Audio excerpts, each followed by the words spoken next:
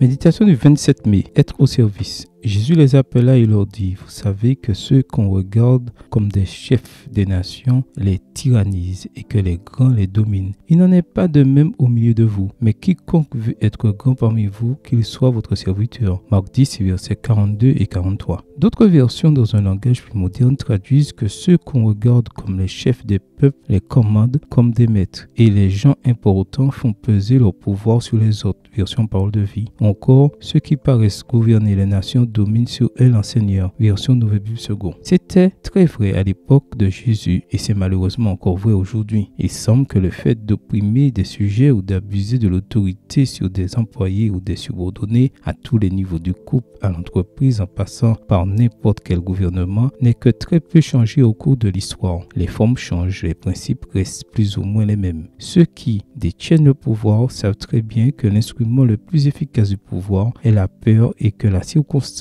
la plus favorable pour en tirer parti est la vulnérabilité de ceux qui sont contraints de servir par nécessité. Ceux qui exercent toute forme d'oppression savent que les besoins, qu'ils soient matériels, émotionnels ou spirituels, s'ils sont bien gérés, peuvent rapporter gros. C'est pourquoi lorsqu'ils veulent atteindre leurs objectifs, ils utilisent la coercition, la force physique, la dictature politique, la pression financière, la torture psychologique ou la peur. Qu'il s'agisse d'un mari violent, d'un homme d'affaires despotique ou d'un gouvernement corrompu, tous utilisent leur position de force pour profiter des plus faibles. Nous savons que, sans la nécessité, de nombreux employés n'accepteraient pas leur salaire de misère. Sans la pression de la peur, certains gouvernements seraient éphémères. Et si elles n'étaient pas si dépendantes, peu de femmes continueraient à endurer les abus d'un agresseur. Les paroles de Jésus s'adressaient à ses disciples, car il devait être clair pour nous tous, en particulier pour les croyants, que nous sommes dans ce monde pour servir et non pour se servir des autres. Seigneur, rappelle-moi cela aujourd'hui une fois de plus. Amen. Bonne journée à vous et que le Seigneur vous bénisse.